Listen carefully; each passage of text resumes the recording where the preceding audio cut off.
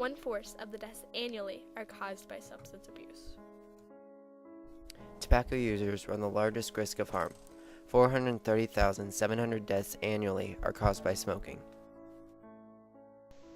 Excessive alcohol use is responsible for 100,000 deaths annually. 25% of all ER visits, 33% of all suicides, and 50% of all homicides and domestic violence incidents are related to alcohol. More than 18% of all Americans experience alcohol abuse or alcohol dependency. 50% of Americans have a beloved one suffering from drug abuse problems. Drug addicts take up about 527,000 emergency room treatments each year. In 2008, 25.8 million Americans aged 12 and older had abused marijuana at least once in the year.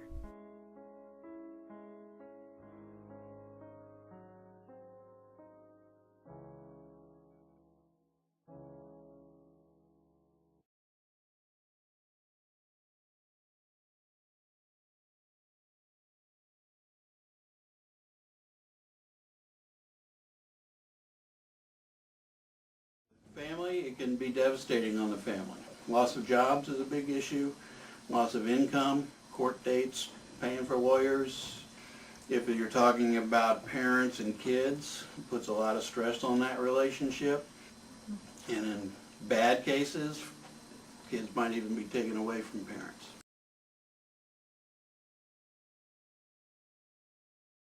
There's definitely a difference. You see a difference in that individual.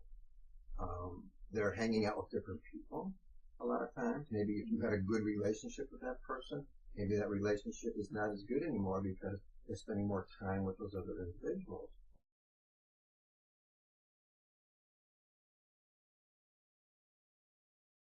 Well, as you as a friend, you could just say, hey, remember, you're different. You're not the way you used to be. You're not the person I knew.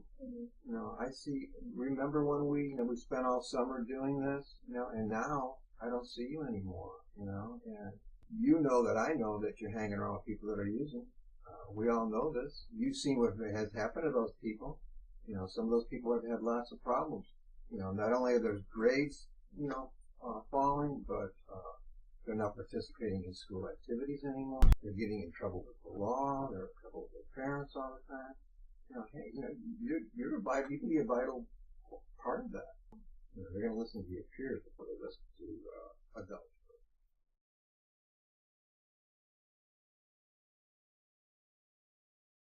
They're usually relieved. Yeah. Okay. They'll feel pretty good about the fact that they were able to stop. And there's comfort knowing that other people still care about them.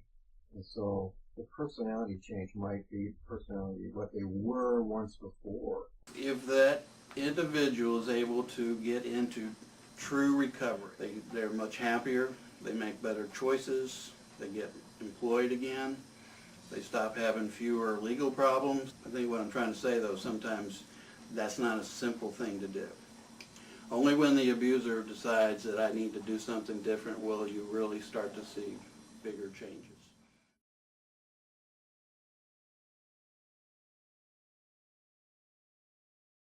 The role model they would show that they have done something that's pretty difficult to do.